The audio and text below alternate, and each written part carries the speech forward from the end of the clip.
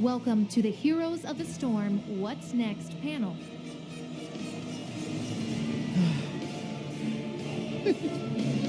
Oh, pedestal's there. Everyone.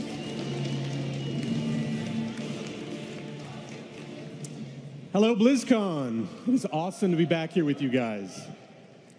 My name is Alan DeBeery. I am the game director for Heroes of the Storm. Hello. I am joined up here by Travis McGathy. Hi, everyone. This actually works. There we go. I'm joined up here by Travis McGathy, lead game designer, and Matthew Cooper, lead live designer.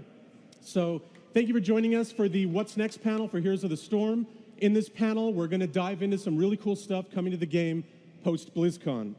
So Travis is going to talk about some cool system and feature work that's coming, and then Matt's going to come up here and dive into some cool gameplay changes that we have coming shortly as well. And for those of you here at BlizzCon with us, a lot of what these guys are going to be talking about is they're actually available on the show floor, playable on our demo stations. So if you haven't done it already, be sure to check them out. First off, though, I wanted to take a quick look back at 2017 and all the things that have actually come to the game. So this year has been an incredible year for Heroes of the Storm. We've just had a ton of awesome releases with great content and updates. The biggest one, of course, was our Heroes 2.0 release that came out earlier this year. This release brought our first major Overwatch theme drop, a ton of awesome new content, and some great changes to our out-of-game progression and reward systems. And the end result of this release was really the single biggest moment in Heroes history. We had our highest player engagement numbers of all time, and that actually includes the original launch of the game. So it's just been an awesome, awesome release for us. And since that time, we've been riding that wave with more releases and more content and more updates. So kind of wanted to take a quick look back here. Speaking of that content, we released 2 new battlegrounds this year. The first came with Heroes 2.0 was Hanamura. Hanamura brought this beautifully unique environment to the game. It also brought some new and unique gameplay changes. And so, the biggest being payloads, of course. In Heroes of the Storm, we're always trying to push ourselves. We're always trying out new things. We want to experiment. We want new things for the game, the genre, and ourselves. And so, in the case of Hanamura, some of those ideas didn't work out exactly how we wanted. And thanks to the awesome feedback from you guys, we actually took Hanamura back in the shop, and we're working on it. We're actually going to bring it back in the future bigger and better. So, the second battleground was Volskaya Foundry. This was our second Overwatch battleground, and while we've had player-controlled vehicles on other maps, this was our first opportunity to bring a 2-player vehicle to the game. So, for those of you who are Cho'Gall fans, you can get some of that 2-player action regardless what heroes you're playing. And then also, because we're insane, we threw conveyor belts all over the capture points just for some ridiculous team fights as well. But we're also loving that battleground too. So with the addition of these 2 battlegrounds, we'll actually be ending 2017 with 14 battlegrounds that we've released for this game. That is double the 7 that we originally launched with. So a lot of cool battlegrounds in the game now. Beyond the battlegrounds, we've also added a crazy number of new heroes this year. 15 new heroes to be exact. And if we just kind of take a quick look back here, we brought Zul'Jin, Valera, Lucio, Probius, who you might have seen kind of roaming around the show floor here, Cassia, Genji, everyone's favorite highly mobile cyber ninja, I'm sure, unless you're a backline squishy, maybe not so favorite, but we have Diva, Malthael, who I love, Stukov, a really cool StarCraft support, unique healing mechanic and some cool heroics, Garrosh, Kel'Thuzad, our most requested hero ever. And more recently, we brought Ana to the game and Junkrat. And as you guys have seen this morning, we just announced that before the end of the year, we'll be bringing Alexstrasza and Hanzo to the game. So, that's a lot of heroes. In fact, by the time we ship Hanzo, we will have 75 heroes in this game. That is more than double the 30 that we originally launched with. So, a lot of awesome new heroes coming as well. And beyond the new heroes, we also went back and reworked a bunch of existing heroes. In fact, we did 16 hero reworks this year so far. And here's a quick class photo of these ones. So we're always improving and refining our hero design sensibilities. And so these hero reworks are an opportunity for us to go back, look at a hero, modernize them, energize them, also look at talent diversity and balance issues as well. But we really enjoy going back and looking at these heroes because there's heroes that we can kind of bring back into the meta by doing this. And this doesn't include, these 16 hero reworks actually don't include all of the balance updates we're doing as well. In fact, we touched 59 different heroes this year with balance updates. These are just number tweaks, things to make the game fun, fair, and balanced. So a lot of changes across this year, and all of it has been done in collaboration with you guys. Your feedback that we get is invaluable towards developing this game, so I really want to thank you guys. So give yourselves all a round of applause for all your fantastic feedback. Okay, so that's a lot of cool stuff. I didn't even go into all the system work and other UI changes and cool updates we've done. But looking back at all this content, it's also kind of helped us think about how we want to release stuff going forward. In this year, in 2017, we had some pretty crazy releases where we would drop a ton on the game at the same time. You know, a typical release that we might have had might have been like a brand new hero. We might have done several reworks, 4 reworks in the case of Kel'Thuzad. You know, we might have a bunch of balance updates that come along with it, an event with, you know, a whole bunch of awesome new skins, and then sometimes we might even throw a new battleground into the mix. So on the one hand, this can be really exciting because a bunch of cool stuff is coming to the game all at once, but we've also seen a couple issues with this approach. First off, we feel like not all of the content we release has a moment to shine. So hero reworks, battlegrounds, other updates are often overshadowed by a brand new hero. Secondly, we also feel that by dropping a ton of gameplay changes at the same time, we've seen that we can create some instability in the meta as well. And of course, this can cause some disruption for the game. So what you're going to see us start doing going forward is actually start to spread this content out a little more so that each thing kind of has its room to shine. So as an example, we might actually release a brand new hero. Shortly thereafter, we might actually have a major hero rework on its own. And since it's on its own, we can actually support it better. We might do additional artwork for it. We might put some new effects, sound, maybe even do a new spotlight video that highlights all the changes that are coming with this hero rework. After that, we might have a cool event with a bunch of cool skins coming out, a new battleground, followed by another brand new hero. So really, it's a lot of awesome content coming at a steady pace that's healthy for the game. So with that, now I want to dive into the stuff that you really care about, which is all the cool stuff coming in the future here. So I'm going to hand it off to Travis to talk about some more fun stuff. Thank you, Alan. It's great to see everybody here. Thank you for coming out. I'm Travis, the lead game designer for Heroes of the Storm. As Alan mentioned, I'm going to run you through some of the new features coming your way over the next few months. Before getting into that, though, I've got some interesting statistics I wanted to show coming out of the Heroes 2.0 launch that I thought people might find entertaining, kind of informative. So with Heroes 2.0, we added the ability for players to craft items. Not only is that a cool feature to have, it's given us some great insight into the type of items players really enjoy. So I brought some of that here for you. There's 2 different ways to look at this data. In first one I've got here is the top 5 items in terms of just the sheer raw number of items created. So the number 1 most created item since Heroes 2.0 was the Diva Announcer. Yeah, everybody loved that Diva Announcer. Number 2 is the Neon Dragon Genji skin. Number 3 was the Crimson Lionheart Varian skin. Number 4 is that Midnight Arcanist Jaina skin. And the 5th one is the Steel Dragon Genji skin. Now, this doesn't account for the value of the items, so it tends to skew a little bit towards the lower cost items. If you look at the same stats, but you're factoring in the shard cost and look at it by the sheer number of shards spent on items, things change up a little bit. Number 1 item is still that Diva Announcer. Everybody loves Diva. Number 2, though, that Primeval Diablo skin. That thing was fantastic. Number 3 is the Happy Cloud Mount. Personal favorite of mine. And then speaking to how popular our announcers have been, the 4th is the Abathur Announcer, and then Brightwing Announcer for number 5. So again, just some fun stats I wanted to share. I thought this stuff was great. I hope you like it too. Now let's get into some of the new things coming your way. So first up, we're bringing a target info panel to the game. So this is going to allow you to select battlefield entities such as minions, mercenaries, structures, other heroes, and just get more information about them, some more statistics. So you can see things like their health and mana, their regen rates, their attack damage, their attack speed, their attack range, their armor, including breakdowns for physical and spell armor, as well as their spell power and movement speed. It's all really cool information, but be careful about studying it too much in a team fight, or your own stats are probably going to suffer. Next up, heroes in hiding. We're adding UI indicators for which heroes are inside of other things, vehicles, objects, abilities, that kind of thing. Nice little quality of life improvement. I got some examples for you here.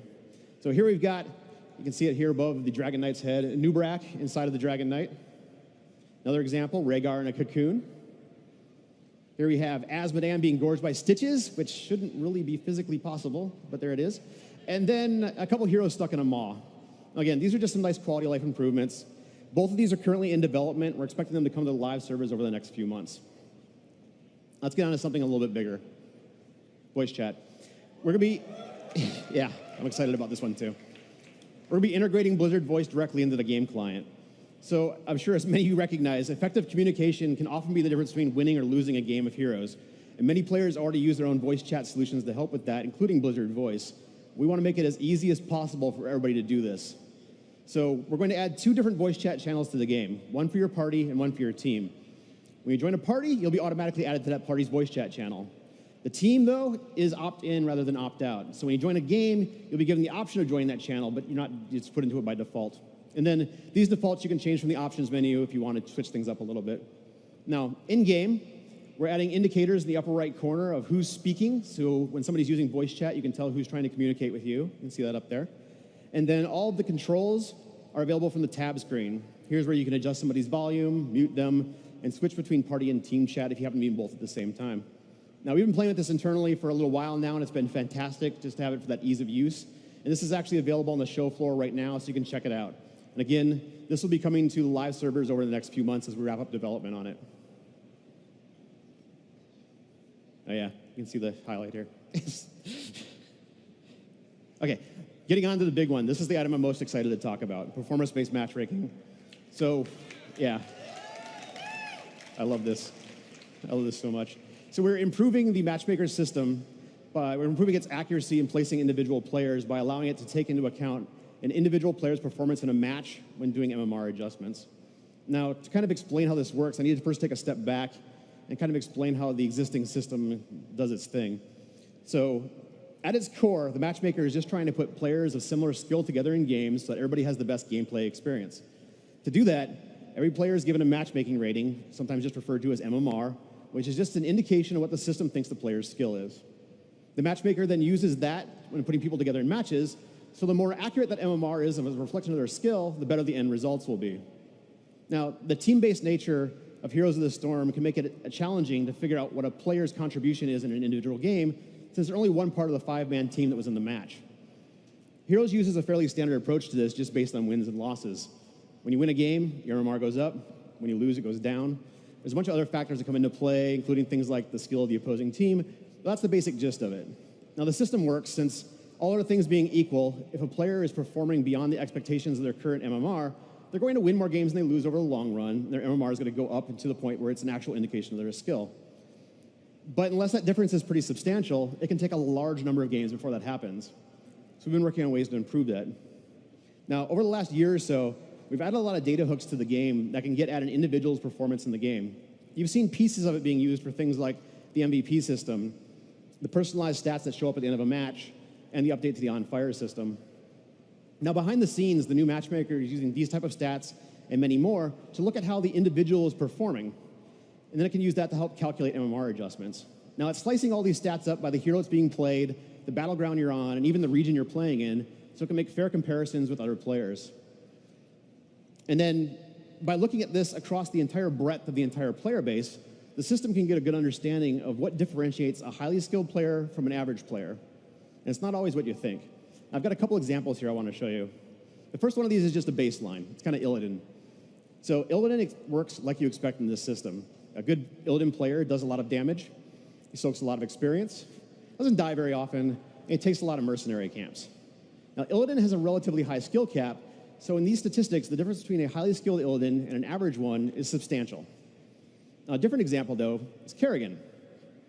Those same stats, damage, experience soaking, and deaths, a highly skilled Kerrigan really isn't that different from a more average Kerrigan. Instead, when it comes to Kerrigan, what really sets her apart is their effectiveness with her crowd control. Now, Kerrigan is still being measured on all the same stats as Illidan. They're just weighted differently to reflect how important they are for Kerrigan. Now, again, these are just a couple of simple examples for the system, but the point is that the matchmaker can use all this information, all this knowledge it has, and then it can look at how an individual performed, and it can measure that and use that to adjust their MMR at the end of a match.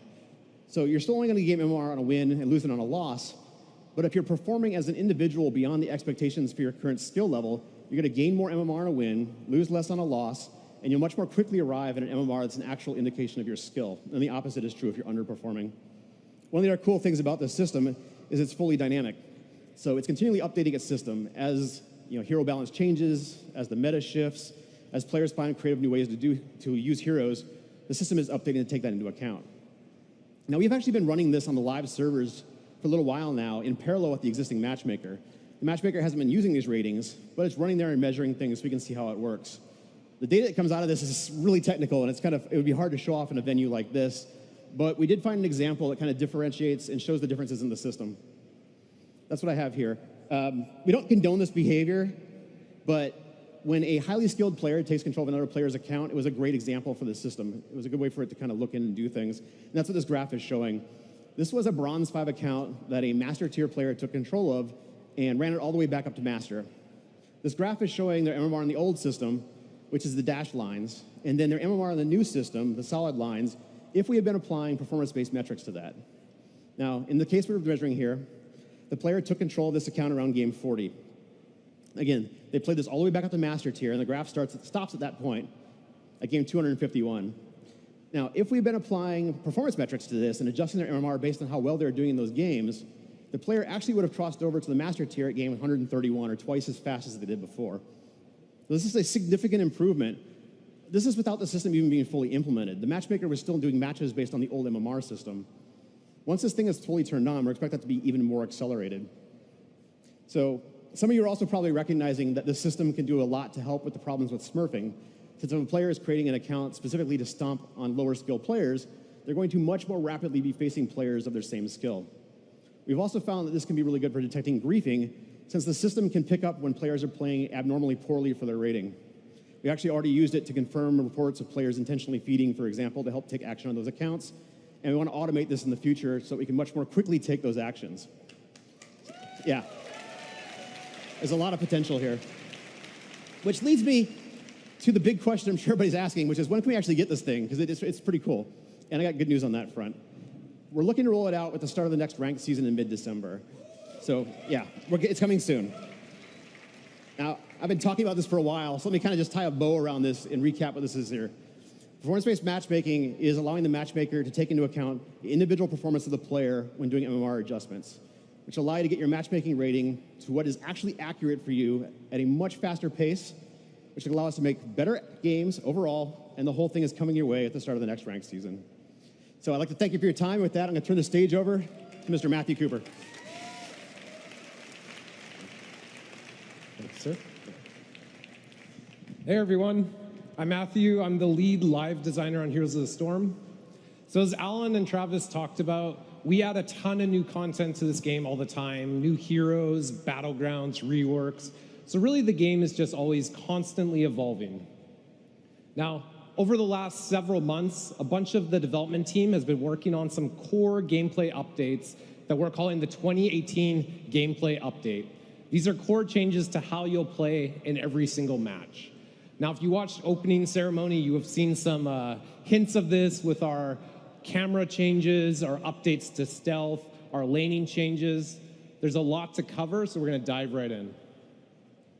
Let's talk about the camera first. So overall, we feel that the camera can be a little bit claustrophobic in those larger scale team fights. When you get all 10 players fighting over a single objective, you can't always see all the players on the screen at a time. And now over time, of course, too, we've added characters like Chromie, who has really long range, Genji, Medivh, who have really high mobility. And so in a lot of ways, the camera wasn't designed with these kind of characters in mind. So we wanted to evaluate our camera height, see if we could pull this out a little bit, provide our players with a better experience. This is something we've gotten feedback on from our community for quite a while now. So how much we pull out the camera is a bit of a balance between performance and visibility. Our goal is to improve visibility, right? We want to make it so you can better read and understand a team fight, but if we pull out the camera too much, we could hurt our game performance. At the same time, if we pull out the camera too much, we could also make visibility worse. So we want to make sure that we're getting a nice balance here and doing it the right amount. Now I have a video that we're going to show that showcases the old camera and the new one. I'm going to set this video up a little bit though. So you see there's going to be a small scale team fight to start this, and then midway through we're going to pause the video and we'll pull out to the new camera perspective. I want you to focus on Stitches and kind of the upper left corner when we do that.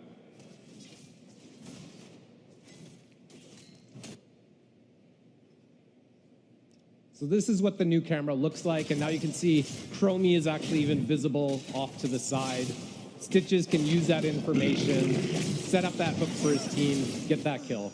So overall, this new camera will let you better read team fights, better make better strategies as a result. All right, stealth heroes.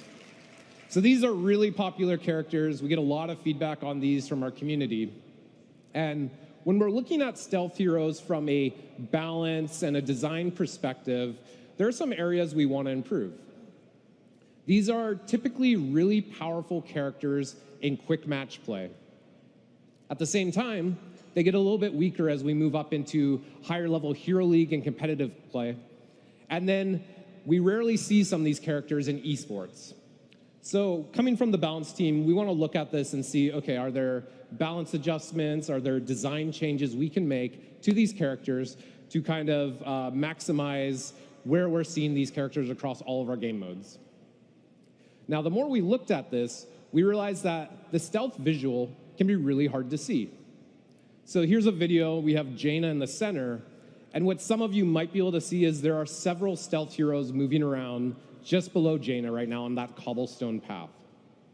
These are really challenging to see. It's hard to spot this.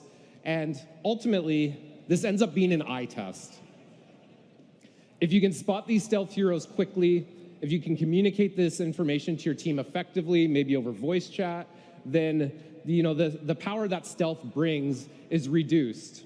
But for most players, they have to really focus on this, and it is that eye test. And so we wanted to reevaluate this and update our stealth visual, making it easier to see.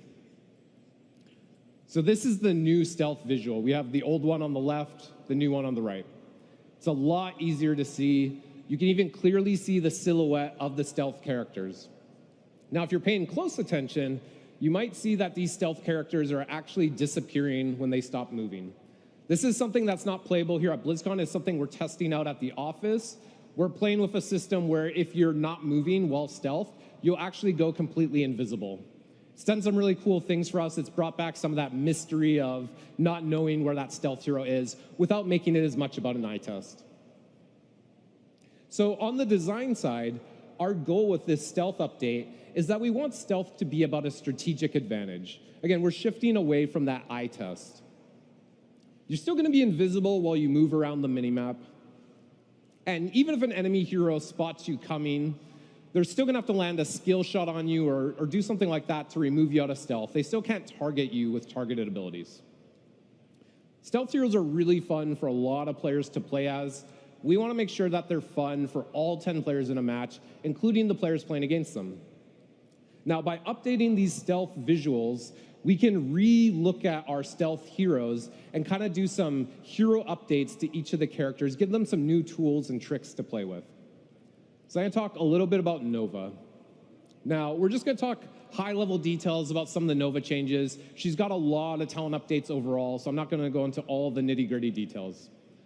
Nova's going to start with a new active ability that she can use to immediately put herself back into stealth. While in stealth, Nova will move 15% faster. So this is either through the active or just passively through her trait. She's just going to move faster while stealthed. So these two changes are going to let you position a little bit more freely around the battlefield. And if you do get caught, you do have some opportunities now to try and get away. Another change we're doing with Nova is we're reducing her base snipe damage, but then giving her the Snipe Master talent baseline.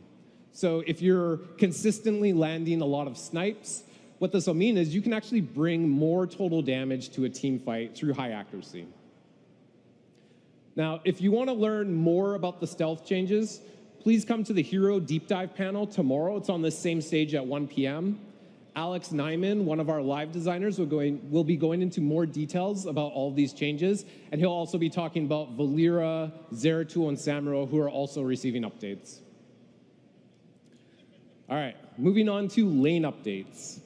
So why are we looking at laning? And the reason we're looking at laning is this is kind of the beginning part of a game, and this is a great opportunity for players to have some of those smaller scale 1v1 and 2v2 skirmishes. It gives you some opportunities to outplay your opponent, show off your individual skill. However, right now, our laning phase typically ends really quickly. When that first tribute on Cursed Hollow spawns, maybe a minute into the match, all players are kind of pulled out of the lane. On top of that, the laning phase doesn't carry a lot of weight throughout the game. The teamfight phase is still king, so even if you do outplay your opponent in lane, it doesn't necessarily translate to the rest of the match. So we wanted to kind of revisit our laning experience and see what updates we could do to make this more interesting. We looked at a lot of different things. First up, let's talk about ammunition on towers. So how tower ammunition works currently is essentially towers have a limited number of shots, and then after that, they regenerate ammunition extremely slowly. How this ends up playing out for the most part is players will quickly defeat the enemy minion wave, and then they can play safe. They can back off to their own tower, their own gate, and let their minion wave push into the enemy towers and drain ammunition. We see this commonly on battlegrounds where higher skill groups of players will roam around as a group of 4, and they'll quickly just bounce between multiple lanes, quickly defeating the minions and then moving on. And they're actually winning the lanes by doing that because they're draining the tower ammunition. So we wanted to revisit this and see, is there a change we could make so that we can encourage players to play a little bit more offensively, actually attack those towers? And we did a number of different tests, but what we're showing you guys here today is towers are going to have infinite ammunition. So basically, you can't drain tower ammunition anymore. What this is going to encourage players to do now is you're actually going to want to push off that minion wave because you're going to want to get meaningful tower damage done. We've done some balance updates as a result of this. So minions have a little bit more health, a little bit more damage. So if you push off your minion wave, they're going to be even more meaningful at dealing damage to that tower. So while we were looking at towers, tower ammunition, we also want to look at the different towers and fortifications and see how they're performing. Are there changes we want to make here? This is a typical fortification layout on Dragonshire. And when we were looking at all these different towers, we want to focus on this one in particular. We call these the standalone towers. These are at the back. And we found that these are actually not that meaningful for the most part. A lot of the time when they actually do come into play, when they actually start attacking, the other towers have already been destroyed. Maybe even the fort and keep have already been destroyed. And they can actually block defenders' movement. So if you're a defender trying to protect this location, enemies can really predict your movement a lot easier, land skill shots on you as you're trying to move through these locations. So we decided to cut these towers. If you've played our newest battleground, Volskaya Foundry, that battleground actually doesn't have these standalone towers on it. And we've been continuing to test this for a few months now. We're pretty happy with the change. So we wanted to keep a bunch of our balance relationships the same. So we've rolled a bunch of the stats from these standalone towers onto the other structures. Health, damage, experience. We want to keep relationships like Sky Temple consistent. Now, as we continued to test this a little bit further, we found there were a couple characters who actually relied on these standalone towers a little bit more than others. That's characters like Abathur and Murky. So they would use these areas to kind of protect themselves a little bit against maybe a character like Zeratul who was looking to dive them. So we wanted to revisit this, see if there's some other changes we could make. And instead of adding the standalone towers back, we're actually adding True Sight to our forts and keeps. So True Sight is a mechanic that currently exists on the core, And what it does is essentially it reveals any enemy stealth heroes who get within its attack range. So now your forts and keeps are also going to have True Sight. So with the addition of True Sight and unlimited tower ammunition, you should feel quite a bit safer when trying to defend one of these fortification locations. All right, regeneration globes. So this is a really kind of interesting part of the laning phase. We like a lot of things that regeneration globes do. They encourage you to think about your positioning, your enemy's positioning. You want to think about even how you fight the minion wave and make sure that you're getting these regeneration globes. So these things are doing a lot of good, awesome stuff for us, and we want to see if we could make some changes, get even more out of them. So currently, regeneration globes last for 6 seconds in an allied state, and then they time out. We tried a bunch of different changes, bunch of different iteration on this, and the one we're showing you guys here is instead, allied globes are going to last for 4 seconds, and then they will change into a neutral state for another 4 seconds. In this neutral state, either team can pick them up. So if you're winning your lane, if you're really thinking about your positioning relative to your enemies, you could potentially get twice as many globes now. So again, think about your positioning, think about how you're fighting those minion waves. So at the same time, we're doing all these to improve our laning phase. We also wanted to look at it from our battleground perspective and see if there are changes we can make here to also enhance that laning experience. So we dove into all of our different battlegrounds to see what we could find.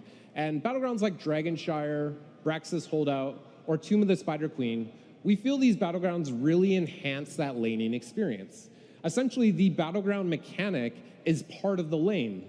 So if you're on Dragonshire and you're the top lane and you're outplaying your opponent, you're actually also helping your team to secure that map event in the top, helping your team potentially get that Dragon Knight. Of course, we have a number of other battlegrounds that quickly pull you out of lane. So we have battlegrounds like Sky Temple, Cursed Hollow, Infernal Shrines, and essentially when the first tribute on Cursed Hollow spawns, that's kind of a call to action for all players to kind of leave the lane and go contest these objectives. We really like this experience. We don't want to change this too much. We wanted to evaluate how quickly we're pulling players out of lanes through these battlegrounds. And so we're going to push back some of those battleground objectives a little bit to give you more time to fight over lane, showcase your individual skill. Now, there's some other changes we're making to the battlegrounds. As Alan mentioned, we're up to 14 battlegrounds now. That's a lot. And pretty much all of our different battlegrounds have a different set of rules, a different set of timers that we're asking our players to learn. Things like when the first map mechanic appears on the battleground, when does the next one appear, what's the delay in between. So we want to simplify that so players have to learn less rules. So we're going to have it so that there are essentially 2 rule sets you'll need to learn.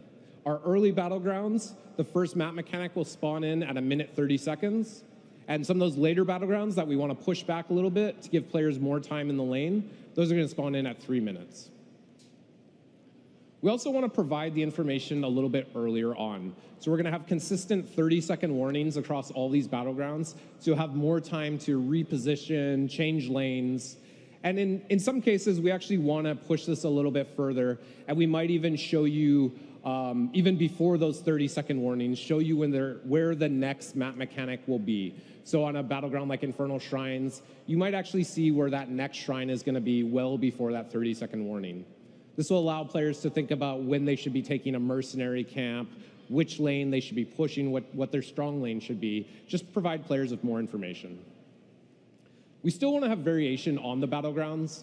We don't want there to always be a set pattern that tributes spawn in on Cursed Hollow, for example. We want there to be some variation, but as long as we can provide that information early to players, they'll be able to better make strategies around that information. The goal with all of these changes is to not increase game length. So we have a lot of different tuning knobs to keep our game length right around 20 minutes, which we think is an awesome experience. Obviously we could make changes to the strength of minions, increase the strength of our map mechanics. Overall, in internal testing, we haven't really noticed a difference in game length, but once you guys have a chance to play it and we can get a lot of data, we'll be able to make adjustments if needed here. So last thing I want to talk about is our mercenary camps. So especially with us making a bunch of changes, making laning more interesting, we wanted to revisit the mercenaries and to see if there are changes we can make here to add more strategy to each individual camp. Currently, some of our mercenaries may be on, say, knights, for example. They kind of act as tower fodder. Their job is to push down a lane, soak up a bunch of tower ammunition. Well, with unlimited tower ammunition, we definitely wanted to revisit these, make sure they're providing some unique strategies. So for our knight camp, the Knight Wizard is going to emit a spell armor aura. So if you're pushing your knight camp, all nearby allies, heroes, even other minions and mercenaries are actually going to have a bunch of spell armor. This will make it a lot harder to fight an enemy team who's pushing up their knights. So you're definitely going to want to capture these camps and push up them. Our Hellback camp is actually going to decrease enemy armor with every single basic attack, and this will stack a few times. So again, if you're fighting in a lane and the enemy has some Hellbats with them, you're going to have to be really careful about how you engage this lane. You're maybe going to want to take out those Hellbats early. For Siege Giants, we actually really liked how Siege Giants perform for the most part. They require a response from the enemy team, but we still wanted to look at them and see if there are changes or updates we could do to make Siege Giants better. Now, some of you might not know that you can actually dodge Siege Giant attacks in the lane. We just don't telegraph this very well. We don't do a good job of it. So we're going to better communicate this, make it more visually obvious that you can dodge their attacks, but we're going a step further than that. We're going to make it so you can actually dodge their attacks in the jungle as well while you're fighting these camps. So if you play really well, if you're moving around while you're taking the camp, you can actually take Siege Giants without taking any damage. We're looking at all of our mercenary camps. We want to make sure that they're all performing well across all stages of a game. So we have a few minutes left. I'm going to talk quickly about timeline, and then after that, we'll probably have about 5 or 6 minutes for questions. So we have a couple microphones. We're not going to be able to take a lot of questions today, but if you guys want to start lining up. Back in October, we had a community summit where we invited out quite a few different professional players, streamers, shoutcasters, and they came and checked out a lot of this content and gave us feedback on it so we can continue iterating. Of course, we're here at Blizzcon. Everything I just talked about is playable here. You guys can check it out. Let us know what you think. In November, near end of November, we'll be moving to an extended 3-week PTR that will roll into December as well. Everyone in our community will be able to play all of this on the PTR and let us know your feedback, let us know what you think. None of this is set in stone. We want to get your feedback. We want to make good changes. The goal is to launch all of this in December at the start of a new ranked season. So this will give players the opportunity to play with all these changes for an entire ranked season. And it will also fall in between our HGC Pro seasons so that the professionals will have a little bit more time to learn the changes before they start competing again next year. All right, that's everything we have for you guys today. Thank you. Good job.